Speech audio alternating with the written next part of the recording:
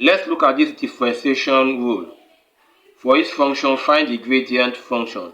These are one of the rules in differentiation. This was done by Isaac Newton, who invented calculus. So this is a part of calculus, which was done by Isaac Newton. And calculus is simply calculating the orbit of the planet. When we try to calculate the orbit of the planet around the sun, which astronauts use these days, which the pilots use, and different scientists use. So how do we calculate this? Let's start from the simplest way of solving questions like this. Now, there's a rule that helps us solve questions on differentiation.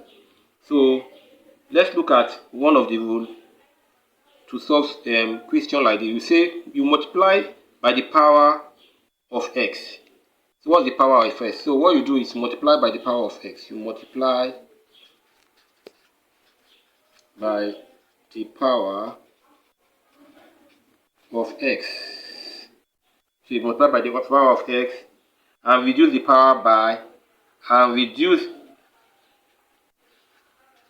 the power by 1. This is one of the Newton's formula on differentiation rule. So this is a very easy way of solving questions like this. So what you do is simple. You just say, let's multiply by the power of x. What's the power of x here? 7. So 7 times s will give you what? 7s. This becomes your coefficient. Now you reduce the power by 1. You reduce this power. That's your exponent. You reduce it by 1. So 7 minus 1 here will give you 6. So you get 6. So I think that is very easy. So that is the answer for this question, to find the gradient function. Now let's look at the next question.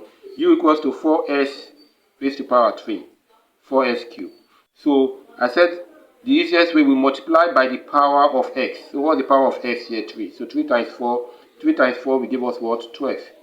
Now we reduce the power of x by 1. So say x minus 1 from this, you get 2. This is your answer.